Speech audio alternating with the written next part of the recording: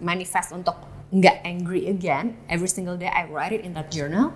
Akhirnya within 6 to 9 months itu gue become calmer. Oh. And then from there I learned, journal actually helps you to transform.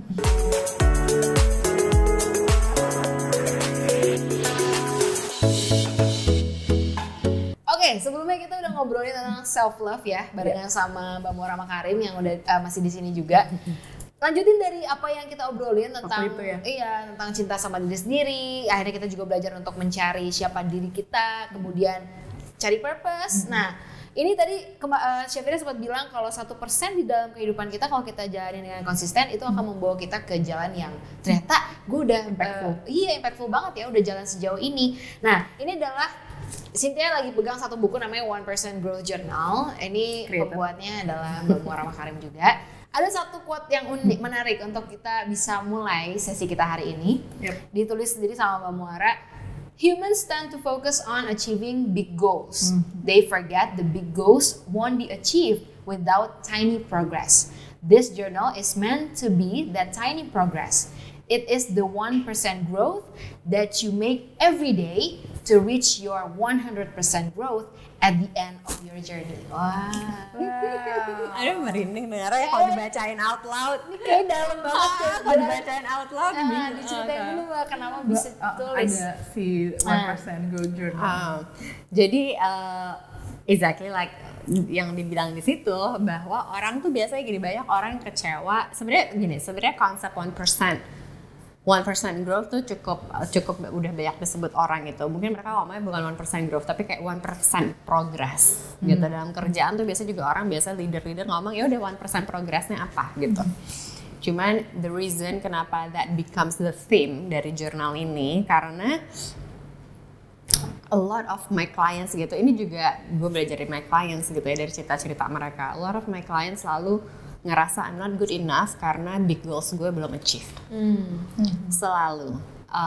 Dan di situ I always remind them gimana cara untuk achieve that big goal. Terus nanti mereka akan kasih tau step-step ya, gue harus gini, gue harus gitu, gue harus gini. Oke. Terus kenapa lo nggak count that progress? Yang the action items ini tuh the progress that you need to focus on, bukan ending journey-nya. The end of the journey is not within your control. Tapi this tiny progress is within your control. You can decide gue mau ngapain, action items gue apa aja untuk achieve my big goal. That's what you need to count on. Kalau enggak ya terus gimana caranya big goal happening? It's not gonna happen. Kayak misalnya mau punya pacar tapi nggak mau ngedate, nggak akan kejadian kan? Atau misalnya mau punya kerjaan, misalnya mau punya kerjaan di New York, let's say, mau pindah, mau study abroad, mau work abroad. Tapi terus nggak pernah apply, nggak nyari-nyari, cuma ngobrol sana-sini networking, tapi nggak nyari-nyari. Terus, is it gonna happen? No, it's not gonna happen. Kayak misalnya gue mau jadi life coach, gue tuh kerja dari tadi public relations. I build my PR career tuh udah belasan tahun, udah orang tuh sampai sekarang aja LinkedIn gue masih di reach out sama headhunter PR. Jadi udah sekentol itu image PR di gue. Tapi waktu itu I wanna be a life coach dan bisa aja itu hanya angan-angan kan, tapi akhirnya I literally save a lot of money 2 tahun untuk akhirnya bisa get the certification that I wanted. That's the 1% growth. Dan akhirnya bisa full time jadi life coaching. 1% growth-nya apa? 1% growth-nya adalah ya gue ngambil klien dulu tuh by donation pelan-pelan. Waktu itu orang tuh bayar cuma 50.000 per session. Wow. That's my 1% growth. Dan dari situ I learn how to do the mapping dalam people's life. That's how I learn dari orang-orang yang by donation ini. Kayak waktu itu sampai berapa puluh orang gitu, I don't remember.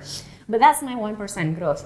Imagine kalau back then gue kayak, aduh sebel deh, kenapa sih gue cuma di charge by donation, gue kan pengen full time cepet-cepet. The big goal-nya mana? Udah pasti I would be disappointed. Gitu. Jadi that's what I want people to remember. You need to focus on the action items that brings you progress.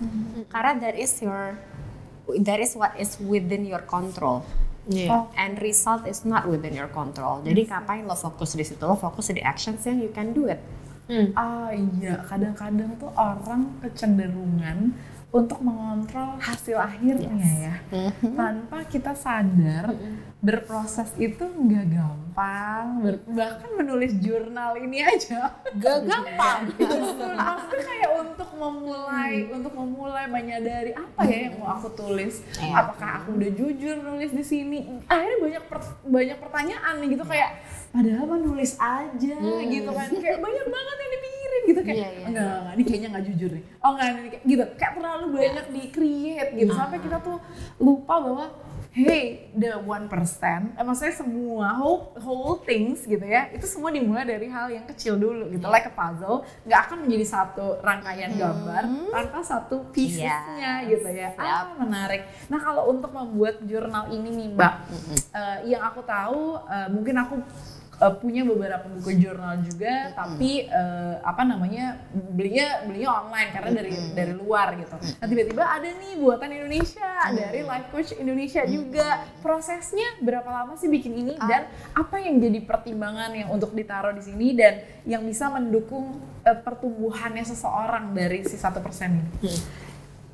Jadi tahun berapa ya waktu itu? Jadi gini, sebenarnya I was inspired untuk ini karena I had a journal tahun 2018 kalau nggak salah. I had a journal pada saat itu gue juga beli di luar negeri. I don't remember from where, kayaknya dari UK deh. Waktu itu nemu dari influencer di UK. Terus I like it. Karena gini, banyak banget jurnal out there gitu yang ngomong gratitude atau goal setting journal. Tapi pada saat itu I feel like kok gue nggak bisa nemu ya yang straightforward dan easy to understand. Karena gue berasa kebanyakan jurnal tuh berlembar-lembar, isinya kok banyak banget gitu ya kan. Jadi buat gue it's not simple. Akhirnya I found this journal dari UK. And back then I use it untuk manage my anger. Jadi setiap gue ke-trigger mau marah sama back then my boyfriend, sekarang husband, itu gue tulis di journal untuk reminder bahwa Muara stop getting angry gitu. And I like waktu itu template-nya juga cuma simple gratitude. Kalau dia waktu itu cuma simple gratitude aja in general sama manifestation. Literally just that gitu. Dan itu membuat gue berpikir this is really simple and it helps me a lot. Dan dengan gue selalu manifest untuk nggak angry again every single day, I write it in that journal. Akhirnya within 6 to 9 months itu gue become calmer. And then from there I learned, journal actually helps you to transform. Nah, abis itu in the beginning I use that journal for my clients. Jadi setiap gue session sama klien, I ask them untuk do this journal for your basic self love. Sebelum kita masuk ke layer-layer trauma yang lebih dalam, do this first. I use that journal. Tapi terus pada saat along the process I realize kayaknya ada beberapa missing points yang buat gue kurang nih, harus ditambahin. Which is itu yang gue tambahin, gratitude. Gue bagi tuh gratitude ada 2, gratitude for your life sama gratitude for yourself. Kenapa penting untuk for yourself ya? Karena biasanya orang learning from what my clients always give me feedback dalam session journaling, pasti dia bilangnya gue nggak bisa nulis gratitude for myself. Udah ya, gue nulisnya gratitude for life aja. Jadi kayak I'm grateful I have food, I'm grateful I have a job, I'm grateful I'm healthy gitu. Terus the more I think about it, the more I'm like, right, it's bagus sih gitu, bagus lo bisa grateful sama hidup. Tapi terus bagian self love-nya di mana ya? Gitu, kayak bagian lo appreciating yourself-nya nggak ada. Then gue tambahin section grateful for yourself. Udah gitu.